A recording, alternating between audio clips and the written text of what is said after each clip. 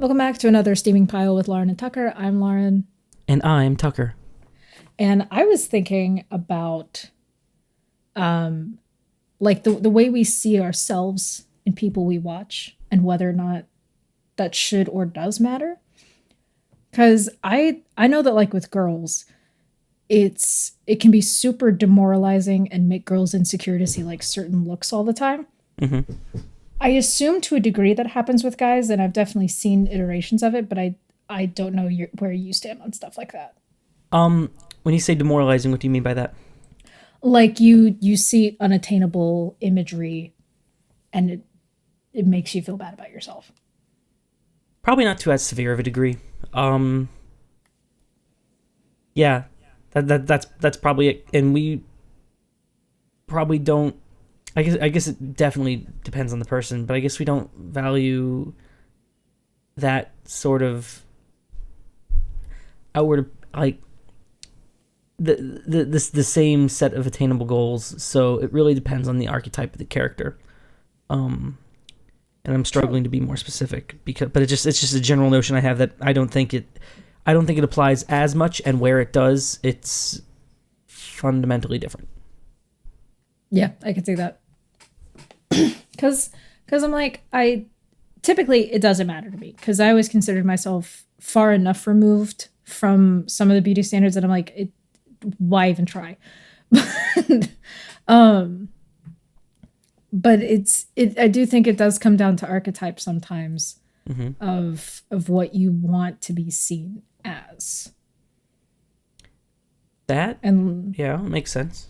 And latching onto certain kinds of characters. And I've definitely wondered about like the characters that gravitate towards what that says about me. Like a lot of the characters I really enjoy are the very like sleazy, underhanded, self-serving types. Those are some of my favorites, especially if they attempt like an Act 3 redemption where they try to help the heroes and the heroes just aren't having it. Or if they do help the heroes and they're immediately found out. That's some of my favorite tropes ever. That's a favorite trope because you wish you were like that, or because it's fun to watch? It is fun to watch. The scene where Jesse comes to beat Saul Goodman is such a great scene. And it's really compelling to watch. But I also sometimes saw myself in the person who wanted to maintain a cushy existence for as long as possible and like work on the inside rather than at the forefront. Mm-hmm. So I tended to like the characters who could maintain a certain lifestyle because they knew how to play, because they always seem so charismatic and confident, and I think that was what I gravitated towards. Okay. Is they were able to just exist in any situation like they were always meant to. Mm. And that's what you, for lack of a better term, idolize about these characters, yeah? Oh yeah. That makes sense. That's I could see why that would be a desirable trait. I guess that's I think you just defined charisma. Yes. So that's to be charismatic. Yeah, there you go. All right. Well, this has been an episode of Steaming Pile. Roll credits. No, but I mean it makes sense though. Why that would be a desirable trait, especially in someone whose every line is scripted. Yes, that definitely goes a long way. Because there are definitely properties where people are like, no one talks like that. And so it's really good writing if you can convince us that's how they do talk. But it is still all orchestrated. There's no pause words. There's direction in every conversation. There's no tangents, really. So yeah, that's another good point. And it's a subtler, it's fiction reminder than I think we're used to. Yeah. Yeah, that's true. And sometimes it doesn't, it escapes you that it is fiction, as opposed to just a recording of something that's borderline real, right? So I don't know. I guess I get that kind of feeling, what you're describing, from a lot of what Aaron Sorkin writes, because the dialogue Ooh, is so, yeah. wow, I wish I could talk like that. I wish I had the mental capacity to, think like that. Oh yeah. Is this how adults really are? So, I mean, massive doses of that on the 2 shows he did about shows. But in general, I don't know, it's easy to divorce yourself from, oh, this is a TV show, but but yeah, you can definitely want that sort of thing. Yeah.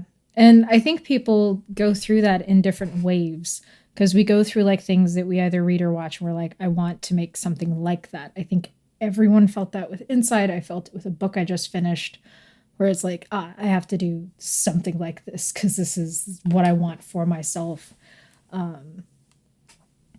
That seems different, though, from wanting to emulate a character from wanting to emulate a director. Oh, it very much is. Yeah. Which is an interesting distinction, I think, or just like to me, it's interesting because I go through phases of both. Okay. And sometimes it's, I want to create a character that feels like this and not wanting it to feel like a cheap imitation of the characters that came before it. Versus emulating those kinds of qualities. And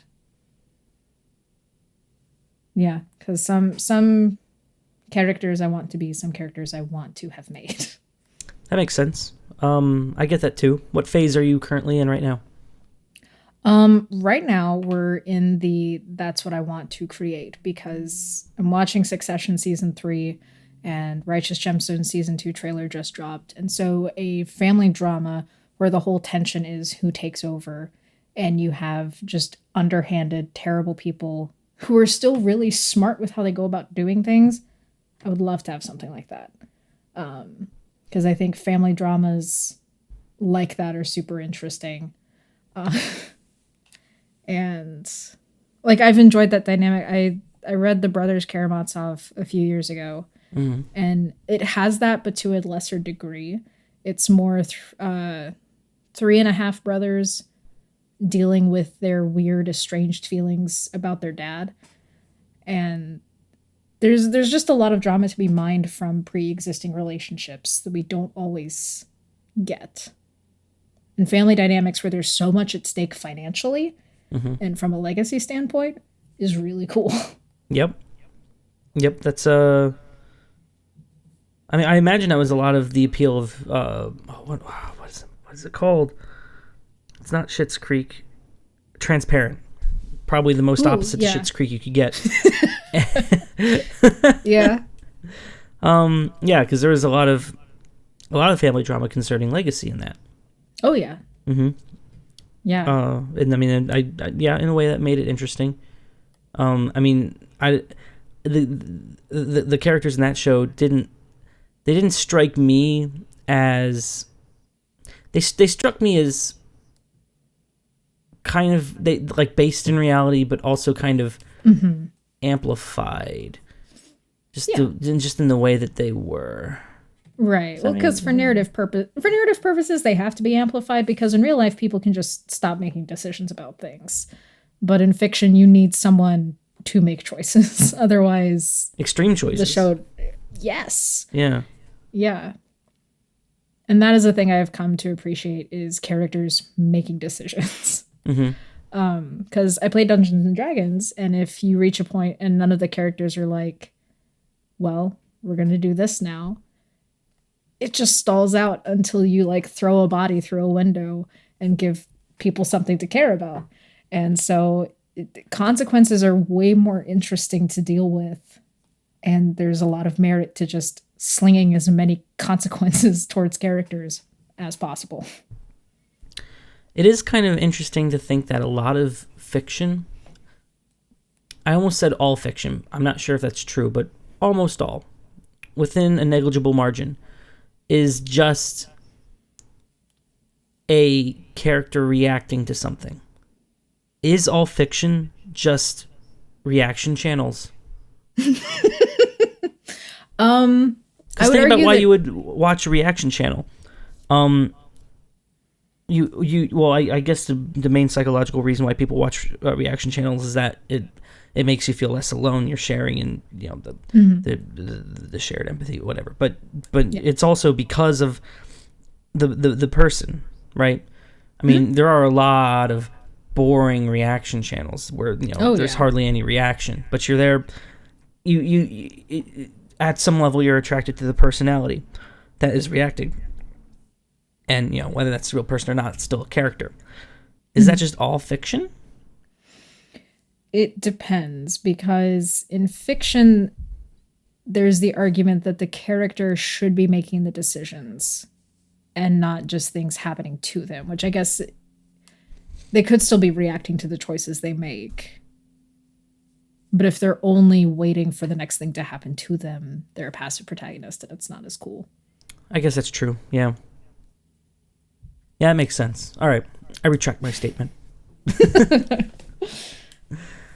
Yeah, no, I mean, yeah, that makes sense. Just from a, I'm trying to think if there's a way to port that back to reaction channels, but I don't think there is. I don't think there is. The reaction channels that take an active role in what they're watching and regularly interject commentary, especially if it's commentary directed back at whatever they're reacting to, expecting a response, that tends to be more interesting, is because it continues the narrative of whatever they're watching rather than just absorbing and responding. Yeah, okay, that makes sense. That makes sense. All right. Yeah, because I've definitely quit following channels that react to things when they added like a third layer where they were reacting to someone else's response and it didn't apply to them at all. And I'm like, okay, this is, give me something more to deal with. Yeah, yeah. I don't know, and it's such a weird decision because, I mean, it's the internet. There's no shortage of interesting things to react to. Why are you reacting to a like, you know, a response or or a reaction? I don't know. Yeah, especially if it doesn't apply to you. Like, Yeah, it's like even worse. the one video was like a guy watching a pilot respond to incorrect airline TikToks. Like the TikToks are just wrong about how airline stuff works. Okay. And I'm like, you're not a pilot though. Yeah. Like, Okay. you Yeah. have That's nothing more to stupid. add to that.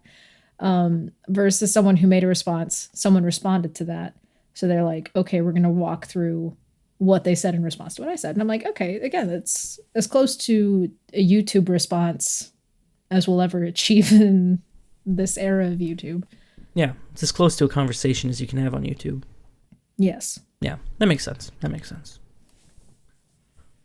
Yeah. Does that actually happen? Someone just picked a response TikTok to react to that had no bearing on anything that they know about or were involved in? Yeah. Jesus. And I didn't even watch it because I'm like, I really, this is where we're at? Because that's stupid. yeah, making good reaction content is deceptive. Yeah. Like, I regularly think about the one reaction thing I did, and I'm like, why did I go about it this way? Like, I'm still proud of it and stuff, but it's still like, I could not do this full time. This seems awful. Yeah. No.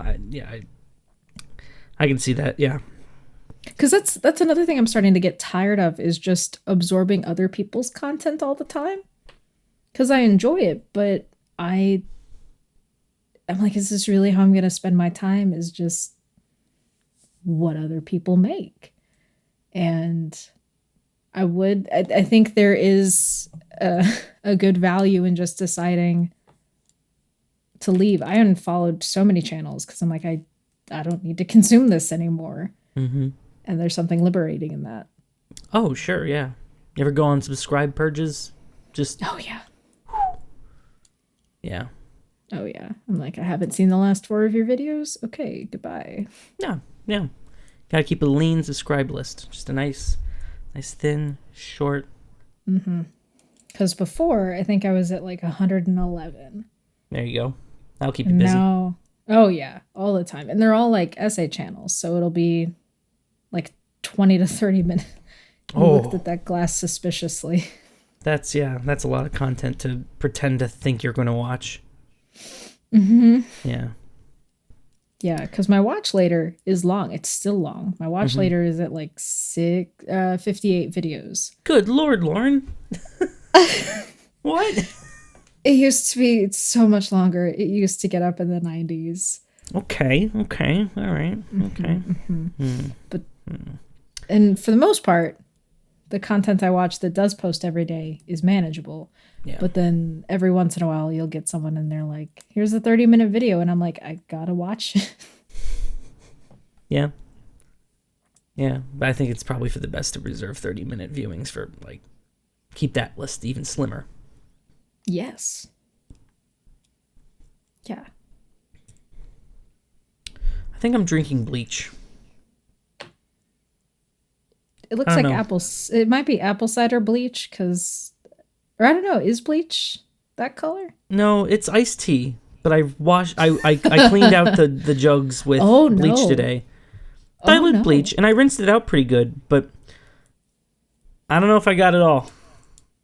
You I mean, may, it's certainly not enough to kill me, but it's enough to give it a funky taste. Or maybe the funky taste is coming from somewhere else. It's hard to tell because I don't know what bleach tastes like, obviously. So it might just Yeah. it might just be the water. I don't know. Chicago maybe, water's fine, yeah. but Yeah, no, because I know what bleach smells like, and I've walked into a couple bathrooms while I was driving back home, and I was like, oh, that's a very bleached bathroom. But yeah, I don't know what it tastes like. I wonder how. I assume- Can you try it without it killing you? It doesn't take a lot of cyanide to kill you, but I'll bet you it'll take a non-negligible amount of bleach to kill you. Otherwise, they wouldn't sell it. I'll start with how much bleach will make you sick. Okay, that's a good starting point.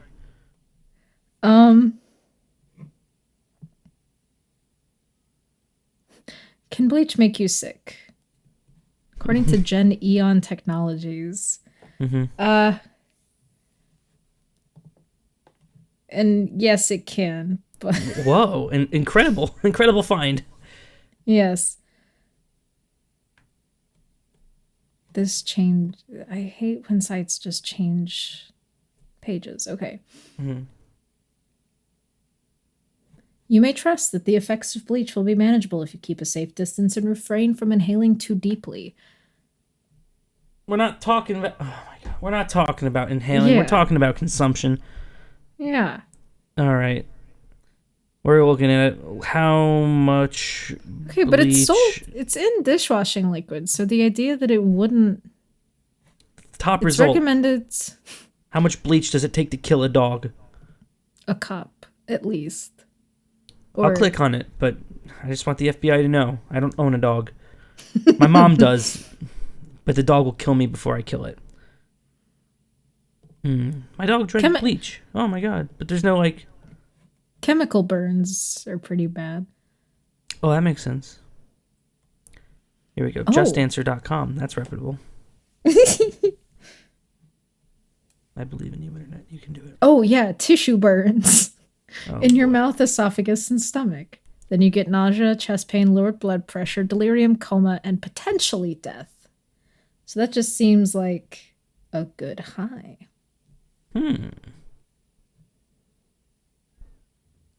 Here So we it's go. mostly it's because it's corrosive that it's bad.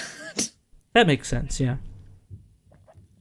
Man, my internet. But it also has a shelf life. So maybe flat bleach is safe. Okay, here we go. This is from Cora. Just a little sip of bleach can kill you, but remember, everyone is different. If you drank a cup of bleach, it would sit in your stomach. Let's say you drank bleach on an empty stomach. The bleach would sit there for 15 to 30 minutes before moving to your intestines. Before that happens, the bleach was still in your stomach and was burning at it. Within 15 to 30 minutes of ingesting bleach, your stomach and gastrointestinal tract start bleeding from the bleach that was sitting there. There you go. Very painful thing to go through. Let's say you managed to survive all that because you were treated and saved. There's still a problem. The bleach damaged your esophagus and stomach. They no longer function, and you'll need to get a esophagectomy. I didn't even know it was Oh. a thing. There's a procedure of your esophagus being removed and your small intestine being connected to the throat in its place. You Oh. won't be able to eat solid foods again. You'll regret drinking bleach in the first place. So yeah, a small amount of bleach can kill you painfully within 15 to 30 minutes. And then there's a number for the suicide prevention hotline. I'm surprised Google didn't show that to me. Mm-hmm. That's usually its first go-to. What if I say, how much does it take to die? That one will show me. Damn, Google wants me to kill myself. Okay. No. No, because the thing is as you were reading about, like, if you drink a cup of bleach and it just lands in your stomach, I'm like, oh, it's a race against the acids in your stomach, because the acids are just competing with the bleach, right? I guess not. I don't know. This is all news to me. It's amazing the kind of things we can just have in our house. Seriously. Ammonia? Yes. Ammonia is Because nuts. ammonia, yeah, an ammonia and bleach, like, that'll knock you out. That creates chlorine gas. That's like a chemical warfare thing, yeah? Yes. Chlorine gas, yeah. Yeah. You can mix something with acetone and make an explosive. But it's like super unstable, so you definitely shouldn't. It's like you have to make it at like really cold temperatures for it to not immediately just be like, see ya, and Wow. yeah. So anyway, don't drink bleach. It's painful, apparently. I mean, I could believe it. That sounds about right, just based on how it smells. I think our noses have evolved pretty well. Most bad things smell bad, or at least slightly off-putting. True. I do still like the smell of household cleaners, like, a lot. Mm-hmm. Like, I'll walk through the cleaner aisle, and I'm like, that's the best smell in the world. And the smell of a room cleaned with bleach, that's not the worst thing. No. It's aggressive, but it's not bad. Yeah, but it's so thin and dilute at that point. But if you sniff from a bleach bottle, it's like, ooh. That is a good point. Yeah, I'm smelling diluted bleach. Yeah. But like, gasoline smells pretty good. It does. Spray paint I'm glad smells I'm not really the only good. person who thinks that gasoline smells good. Gasoline smells very good. Also, probably wouldn't kill you in the same way, but Ooh, yeah. Like, it definitely would. It's not good to drink gasoline. oh no, it definitely would kill you. But it'd probably take more, and B, it would probably take longer. It's a solvent, but it's not bleach. Mm-hmm. How I much read gasoline?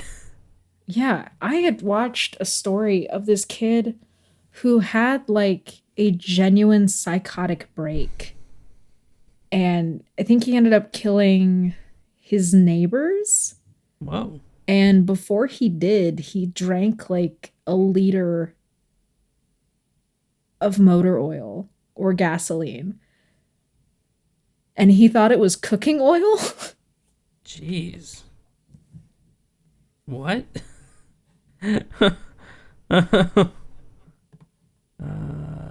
Oh, hey, okay. So, for adults, you'll usually experience severe intoxication from half an ounce of gasoline. Yeah. But if you have, like, a soda can's worth, that will kill you. Okay, yeah. Okay, so it's a lot less than I thought it would. The CDC, buzzkills that they are, also point out that in the course of puking up the gasoline, you're likely to accidentally inhale. That adds asphyxiation. Nice. I wonder if diesel's better for you. Oh, it has to be. Yeah, fine, I'll look it up. It's fine. How much diesel would it take to kill you? Depends on the concentration. That's diesel fumes. How about, what will happen if a person drinks diesel? Cora's coming in clutch with all these answers here. Okay. Blah, blah, blah. Blah, blah, blah. Don't they use gasoline in the production of cocaine? Blah, blah, I wouldn't be blah. surprised. I mean, it is a solvent. Well, someone somewhere figured that taking a shot of diesel would clear a person's gut of worms. The fuel would just dissolve the pests away. It was observed that only people who didn't need deworming were Korean drivers in the military who at times allocated diesel by siphoning the fuel. They would on more than one occasion swallow a good mouthful while attending to their duties. Okay, that's anecdotal, but still interesting. Huh. Okay, well, my guess is it would probably take more. Potentially. Diesel is not a solvent. Right. It's wild that we, like, just hanging out. Gonna take a shot of diesel while we're just hanging out. Well, I mean, I feel like you would have to have a reason to take a shot. I mean, imagine having the, like, mental willpower to take a shot of diesel. Oh, yeah. Yeah, no. Yeah, no. Yeah. But you're right about all the crazy chemical household cleaners. There's a lot of nasty stuff. The stuff that clears drain clogs, I'm pretty sure is just safer sulfuric acid. Yeah, Drano is extremely caustic. Yep. And in fact, there was like a scare campaign. I don't know how much of it was valid, but if you put Drano and just like shrapnel in a water bottle and leave it out in a yard, it can explode. And so there were posts about, like, if you see abandoned water bottles, don't pick them up because they're full of Drano and about to burst. Interesting. Yeah. And it stuff like drain cleaner always makes me think of the scene in Heathers where they kill Heather Chandler with essentially Drano. She drinks Drain Unclogger. And it kills her. But that's so hard to drink because it tastes caustic. Yeah, I can't remember how did they? Because insane. Yeah. The film. Yeah. Yeah, so they go to her house, and the only thing they're planning on doing is just using a fake hangover to make her throw up more. But the character JD puts drain cleaner into a mug, and Veronica's like, no, that's terrible.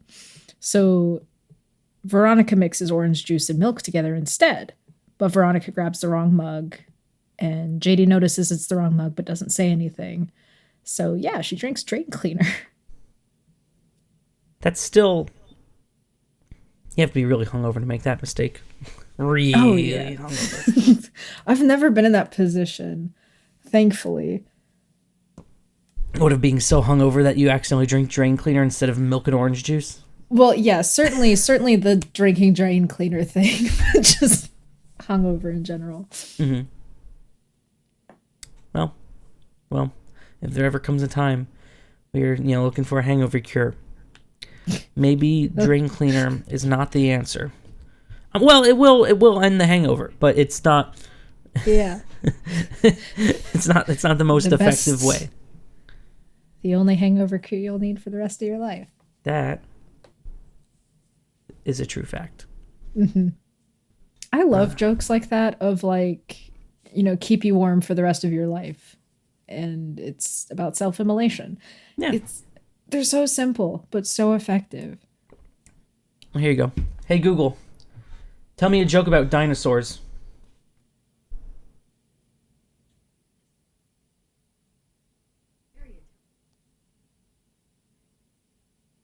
Okay, that's not the dinosaur joke I wanted to tell. It tells a joke about why can't a T-Rex clap? It's because it's extinct. And when I heard that, I mean, I knew the joke, but when I heard Google say that, I'm like, okay. It's so great. I apparently she knows more than one dinosaur joke. That one was about, I don't know if you could hear it. It was about the smart dinosaur thesaurus, being discovered called the thesaurus.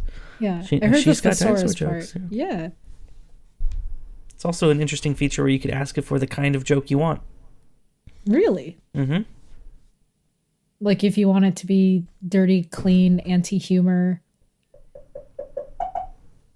Full volume. Here we go. Hey, Google. Tell me a dirty joke. Okay, but be warned, this is pretty filthy. Why do gorillas have such big fingers? Because they have such big nostrils. That's a dirty joke. Usually they're about dirt, but that one was pretty good. It was definitely not the direction I was expecting it to go. Why do gorillas have big fingers, Lauren?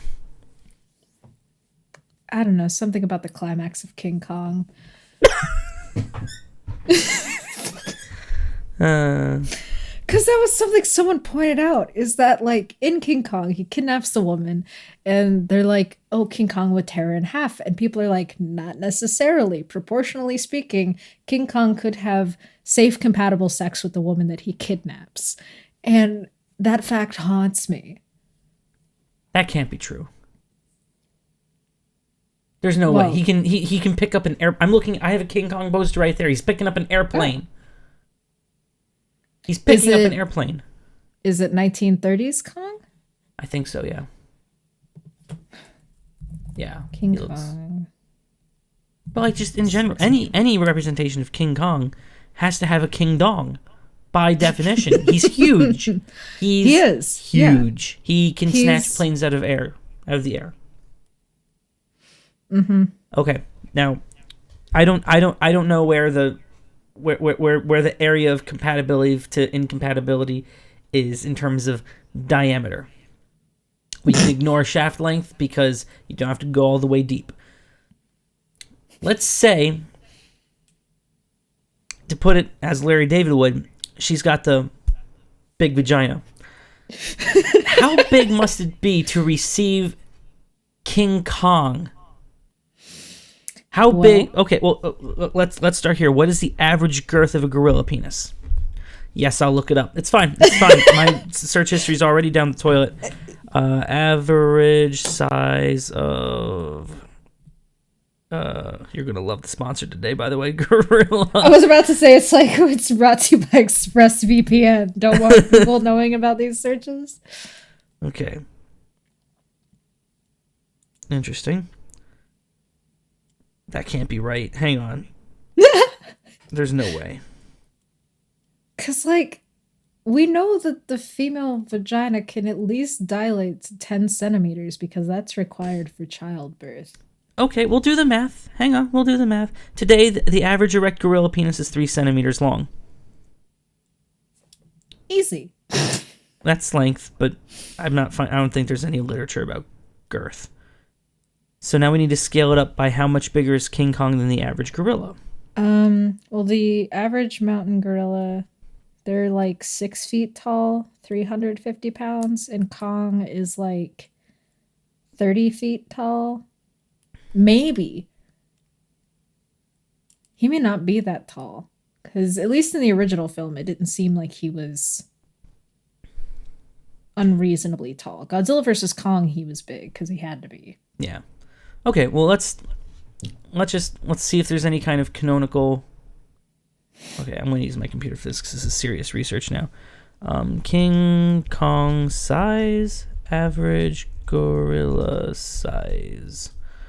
Okay. In the 2017 film Skull Island, Kong is scaled to be 104 feet, making it the second largest and largest American incarnation of the series until 2001, where he scaled up to 337 feet.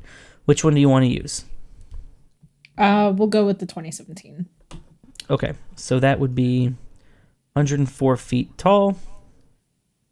Average Western gorilla, height 5.1 feet tall. So, 104 divided by 5.1 equals 20.392 times, we're in the, that would be like what, 1.25, right? 1.25 or 1.5? 1.5 in length. We're working in inches now. So King Kong's dick's 30 inches long.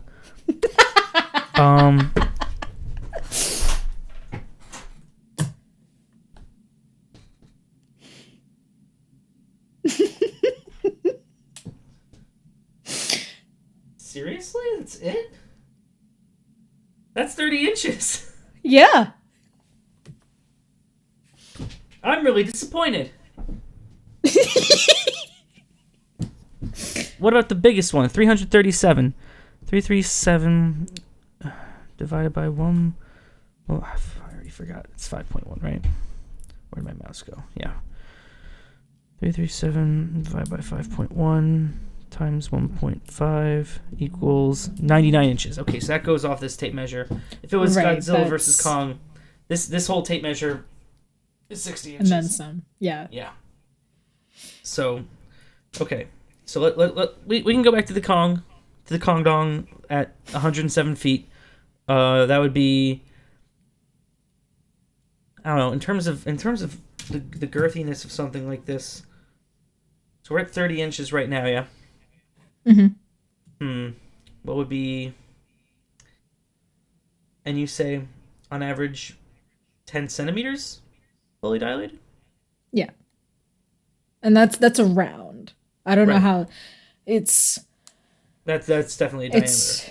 It's really as deep as the woman would be willing to take, and how deep it can go. I guess she doesn't want to necessarily hole punch herself, but yeah, my entire torso's yeah.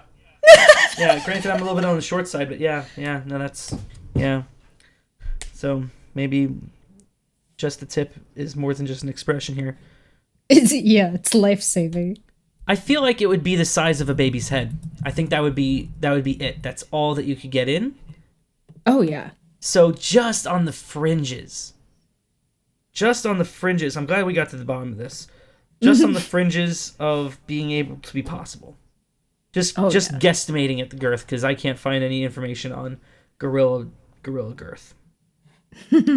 Which, it's fine. But I imagine it's, if you do the math, I imagine it at the end, it's like a baby's head, maybe a little thicker. Mm-hmm. Because I think the math from the meme that I'm sourcing all of these claims is probably from 1933 Kong, because he was 18 feet tall in the Skull Island portion and 24 feet while loose. But most of the marketing had him at approximately 50 feet tall. Oh, yeah. Oh, easy. That's a foot-long schlong on the dong right there. Yeah, that's easy. It's child's play. Anyway, put that tape measure back. Yikes. Anyway. Because I think with stuff like The Shape of Water, people are starting to or maybe it's just me and my husband when we're trying to fall asleep, of talking about the feasibility of having sex with monsters. Because you have all of these movies that are the monster kidnaps a beautiful woman. And I'm then what? What's your plan? Then what? Also, if it's created monsters, like Frankenstein's monster, for example, did Victor Frankenstein give his monster a sex drive? Or does that just happen? I think it just happens. Interesting. Well, let's look at it from another perspective. Greek mythology says that Zeus turned into a swan.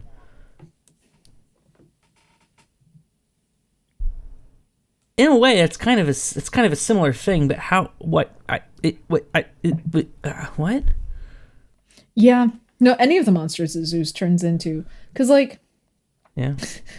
A bull is at least a mammal. I'm not advocating for sleeping with bulls, but it's at least a mammal. At least you got that.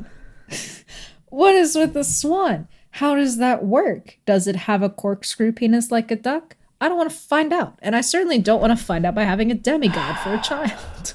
Swan penis. You ask these questions, I've got to know.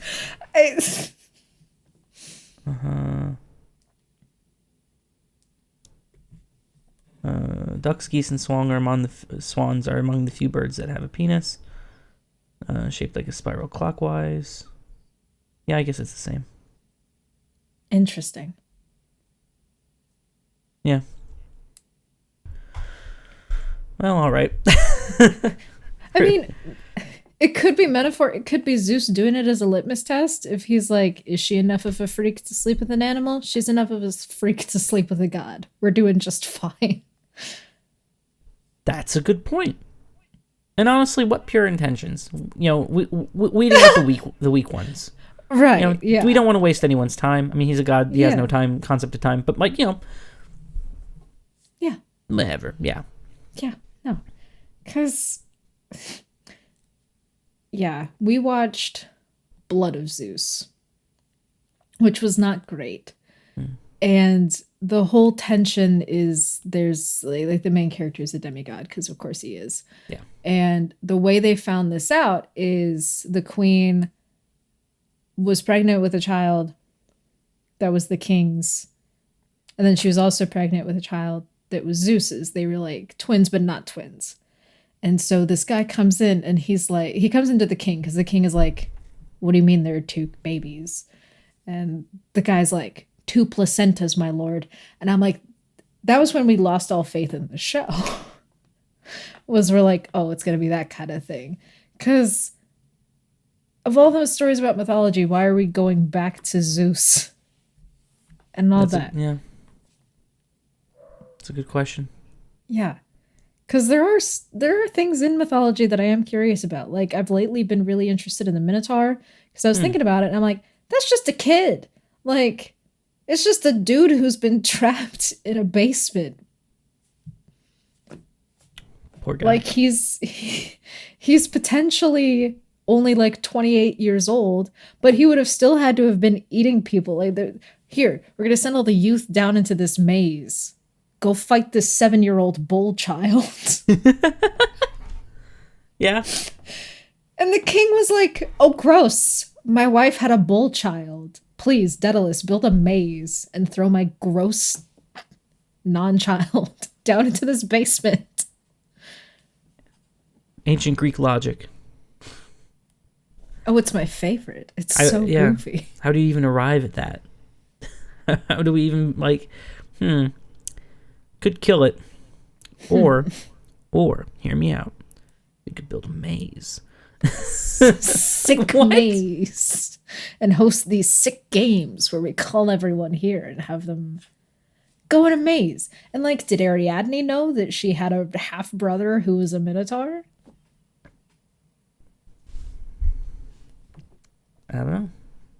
That's what I want. I want a second Guillermo del Toro Labyrinth related movie. There you go. But this time specifically about the Minotaur. Call him up. Pitch it to him. I should. Do it. Yeah. I think I still have his number. Good. I hear that he probably hasn't changed it. I should hope not. Although, I don't know. Can people change numbers? Yeah. Like, they can, but in the sense that, like, when you get a new phone, it seems like it's easier to just keep the number that you have. Yeah. Because I know before it was like the number was just associated with the phone and you were just kind of out of luck if you got a different phone. Yeah. Yeah, but now that... Yeah, it's definitely different now. Like, area codes are meaningless. Yes. Yeah. Yeah.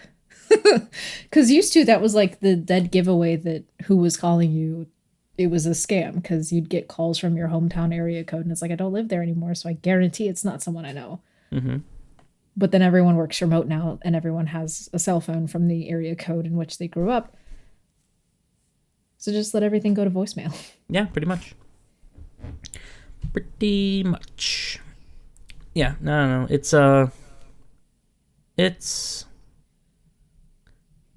interesting that we haven't... I guess it's not super interesting that we haven't come up with a better system. I think the legacy phone system will last forever. The internet has the same problem with IP addresses, but we will eventually run out of phone numbers. As, people keep getting phones. Right? There's got to be a phone number exhaustion problem. Although with the prefixes, the country codes, it's probably not as big of a deal.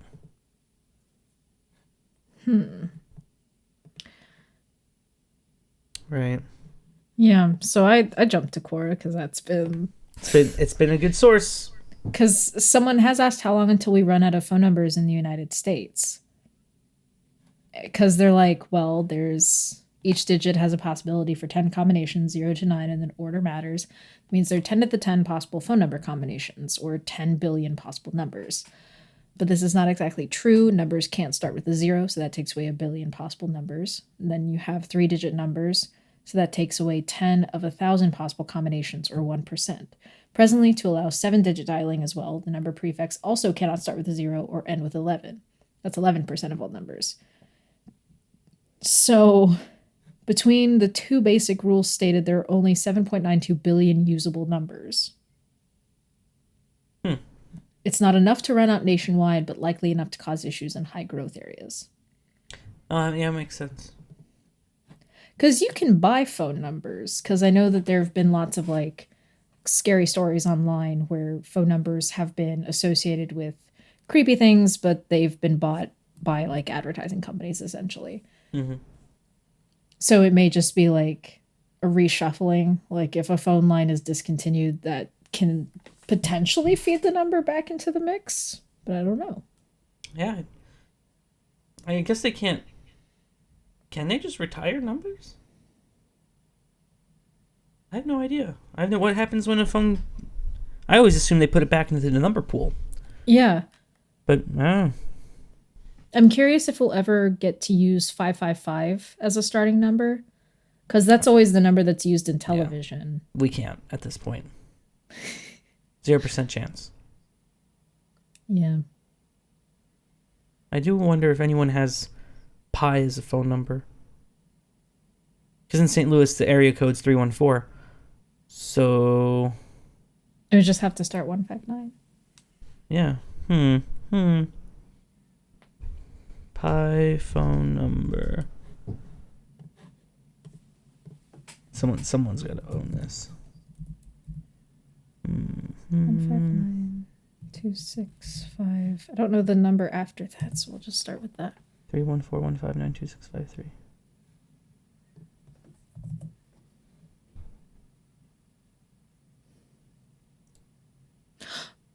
We could just call it. It's constructive avoidance. What's that? It's a website, indistinguishable from actual work, helping you appear productive. Interesting. Our ramp-up process is designed to empower your team to appear productive while not actually getting anything done. Business mentors are key. That's why when it comes to client selection, we're choosy. We want to give each of you the time and guidance you deserve, or at least make you think that you think that's what we're doing. What? And then if you click on the find out more, it opens a new window of, hey, that looks like a penis. What is this called? Constructive what? Constructive avoidance. That's amazing. Nice. That's great.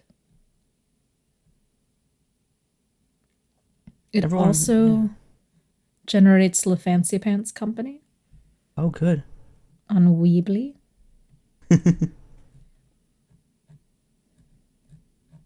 That might be a real place. Could be. I can't find any information about like full phone number though. Yeah, it's usually just like the default, like this was a scam. Yeah.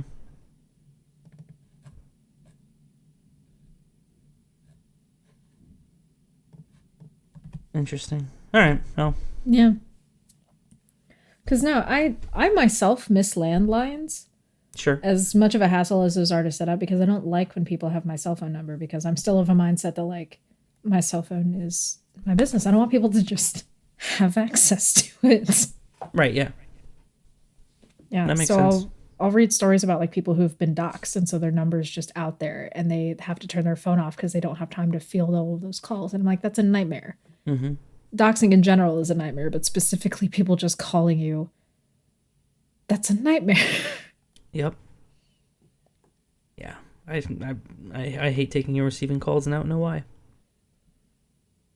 I think it's the inhuman aspect of it, because most of the time when we field calls, it's from like call centers. I feel like that's the majority of phone calls that I make is to centers that are trying to either sell me something or trying to organize something. That makes sense. Yeah. Yeah.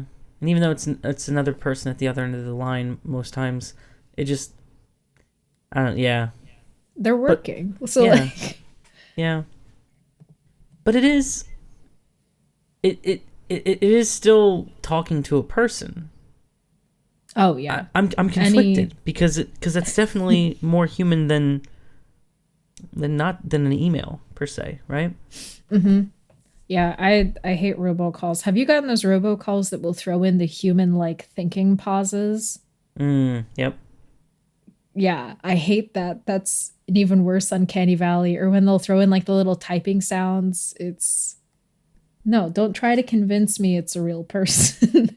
There was one that I had that was so realistic. I wanted to mock it openly over the phone, but because it was so realistic, I was really afraid that someone's customer service voice was just like that.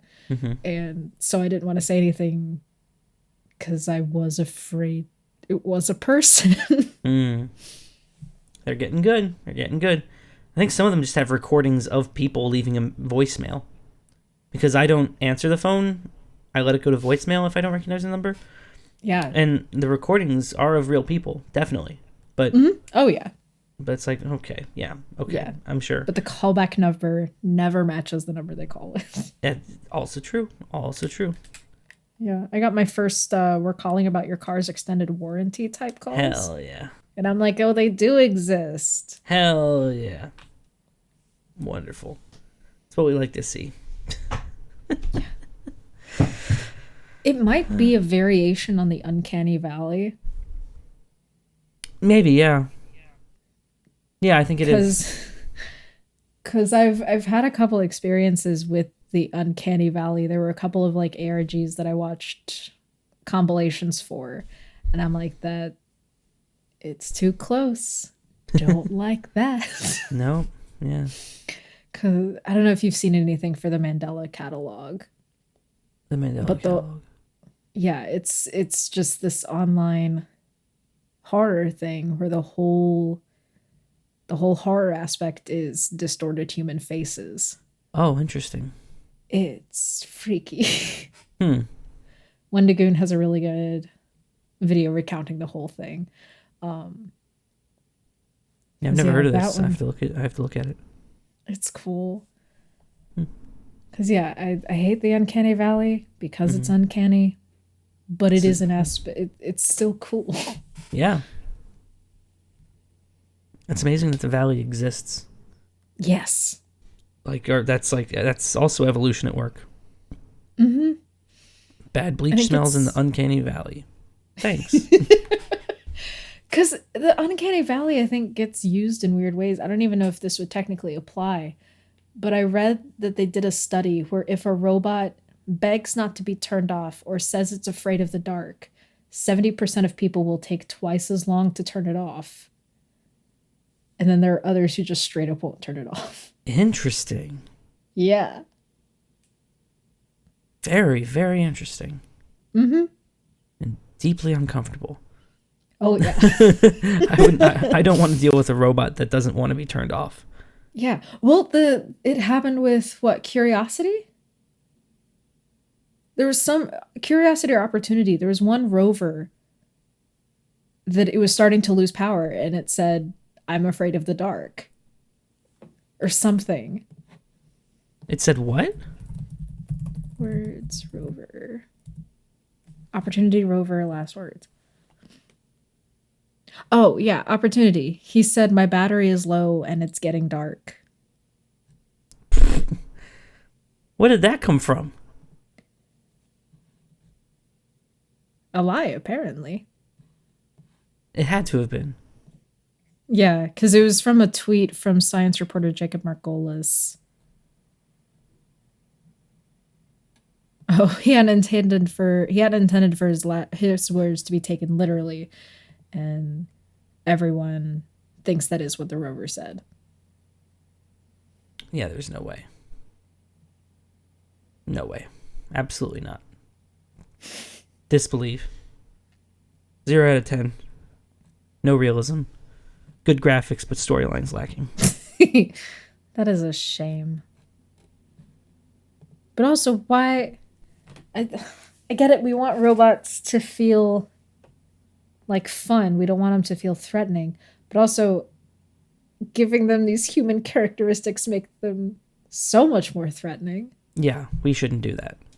Yeah. We should Like, keep the divide very clear. I hate seeing the Boston Dynamics dog dance. Don't make it cute. It has one function. Serve beer. That's it. Is anyone even using those robots? Like, they're for sale. Does anyone use them? Police. Okay. Is that it? I think bomb squads are using them. That makes sense. But they 'Cause already to had me, robots. that should be the primary function of the Boston Dynamics dog. But I think they recently gave it a gun. Cool. Yeah, because that's all we need. It's a robot dog with a gun. Why not? But it seems like Boston Dynamics has been around forever, and they're just now getting around to taking their viral videos and be like, all right, I guess they're useful maybe. Like I don't know what they've like done other than research. And yeah, with research firms like that, it is hard to really gain any like traction or marketing. Yeah. When all they have is research. Yep. all the research firm has research. Oh my god. They do have Atlas, the other robot. Is that the one that walks? Mm-hmm. Is that for sale? I don't know. That one would bridge the uncanny valley more than a dog, I think. Mm-hmm. Yeah, without a doubt. How fast can Spot run? Because redacted. Because they built a robot called Cheetah, and it was a 4-footed robot that could go 28 miles an hour, which is a land speed record for legged robots. Nice. Yeah. They do a lot of dog robots, which may just be that that's the most stable design. Quadrupeds are pretty, yeah. It's amazing we can stand up as humans. Yeah, because then Atlas was the one who did the video.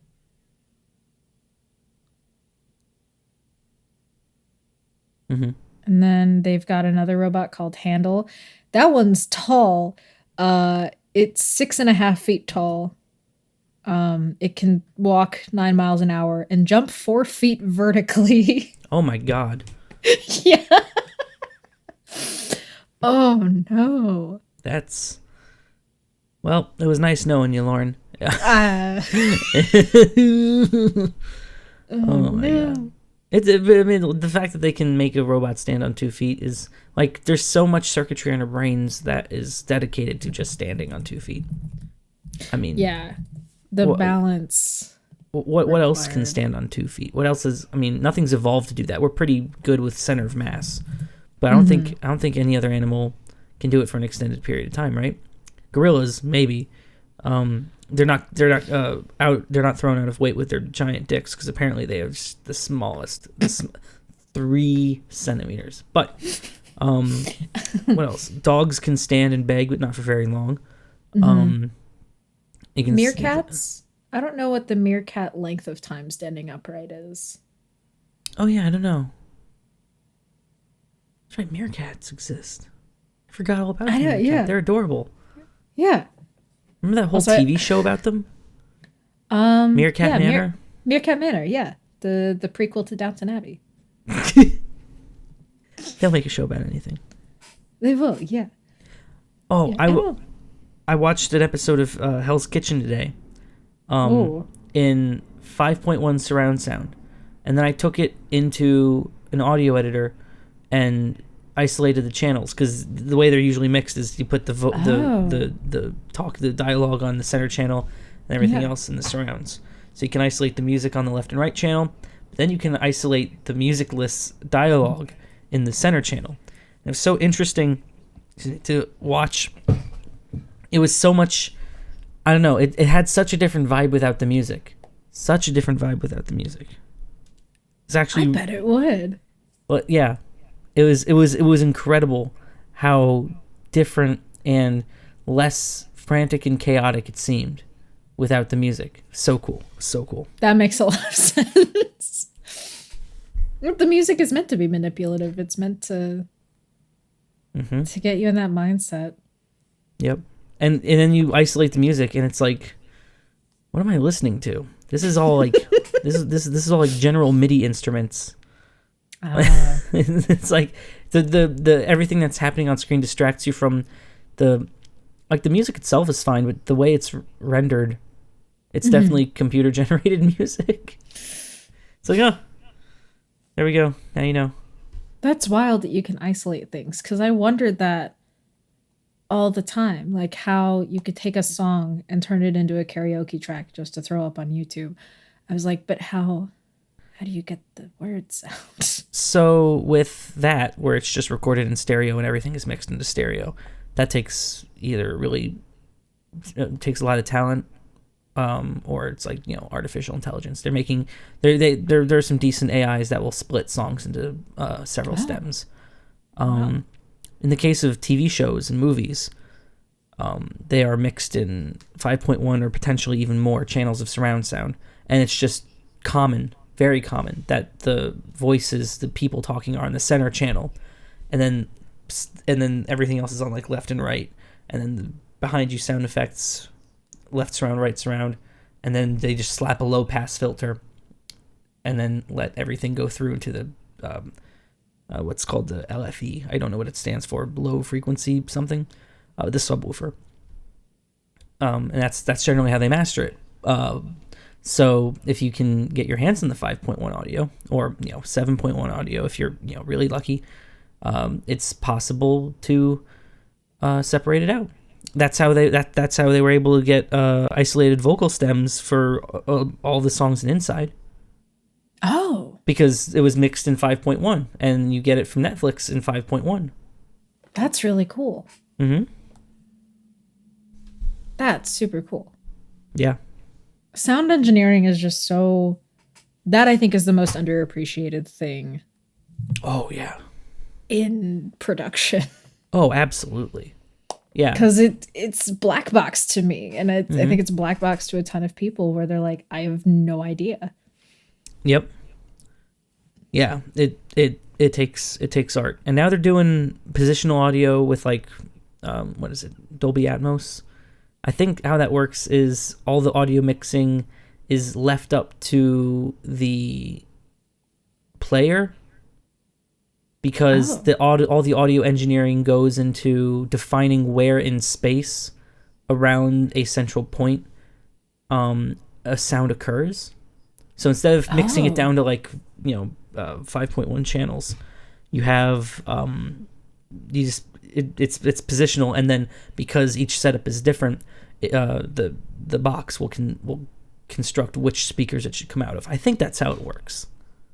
That's super cool. Yeah. Because I think people can pick up on when something is mixed poorly, but they can't necessarily put their finger on it. But you can feel when sound isn't balanced. Yep.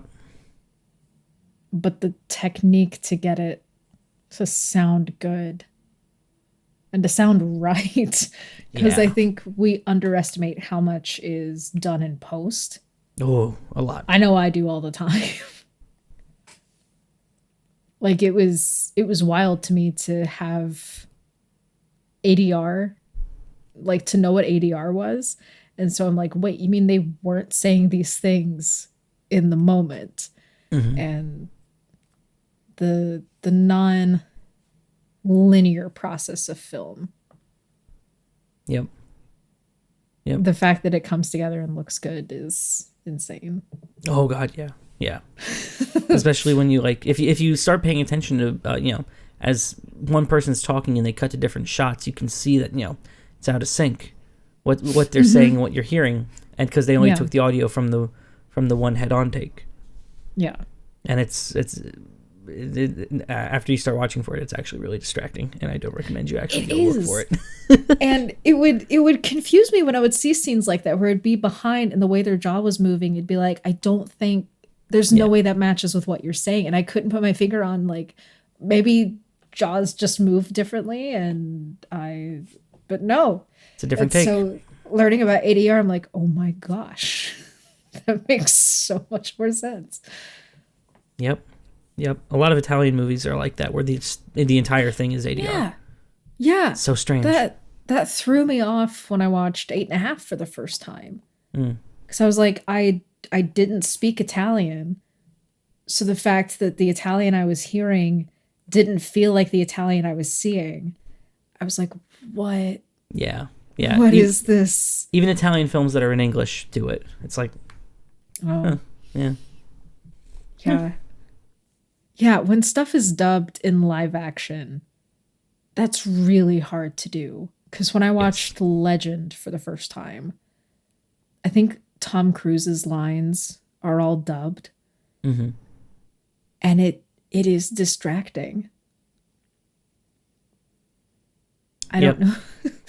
It's because cartoon dubbing, it happens all the time, but cartoons are way more forgiving. Oh, very much so. But yeah, live action, if the dub looks bad, it kills it. Yeah, it sure does.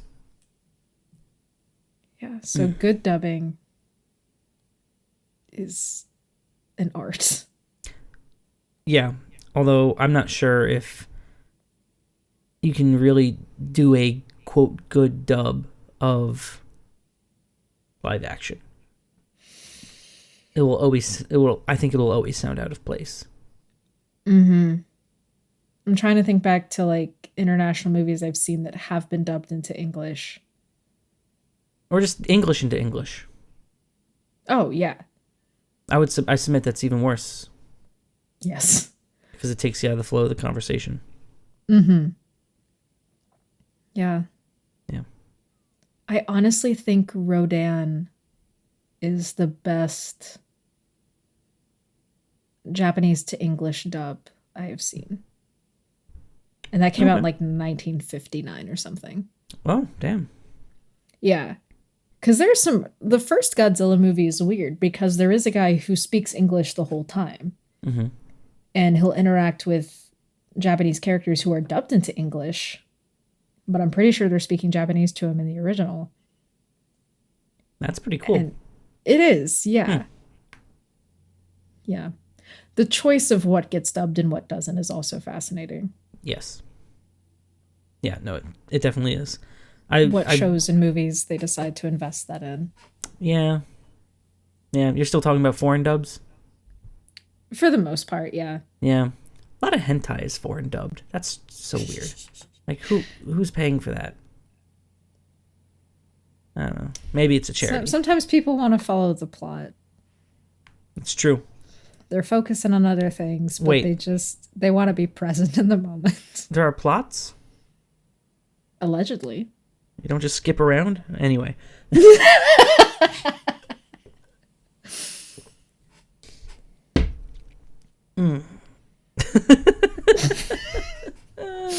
Got to hentai. Let's go. Yeah. And this hentai was brought to our listeners by our tonight's sponsor. Oh, it doesn't get better, Lauren. It doesn't get better.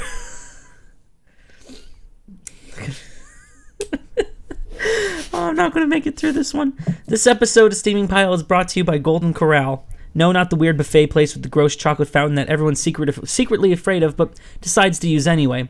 No, I'm talking of Golden Corral, the place where you can have horses pee on you. So, maybe some kinks deserve to be shamed, right? But not this one because they've given us money.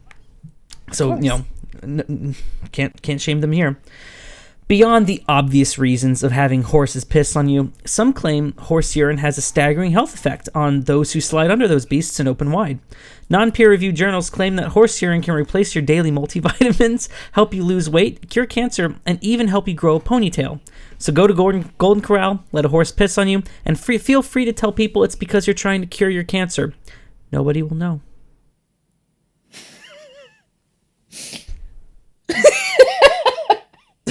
Now, a giant horse, Oh God. that would have torn that woman in two. A regular horse would almost do it. Oh yeah. Golden Incredible. Corral is safer than trying to sleep with a horse. Exactly, because you're not like putting it in you. You're just maybe a little bit of aiming and finagling, but Yeah. it's an imperfect science. It's a corral after all. Yeah. But it is the gold standard. And that's why we're grateful to accept money from the horse pee fetish community. Thank you, Golden Corral. Much appreciated. This has been Steaming Pile with Lauren and Tucker. I've been Lauren. And I've been Tucker. And we'll see you all next time.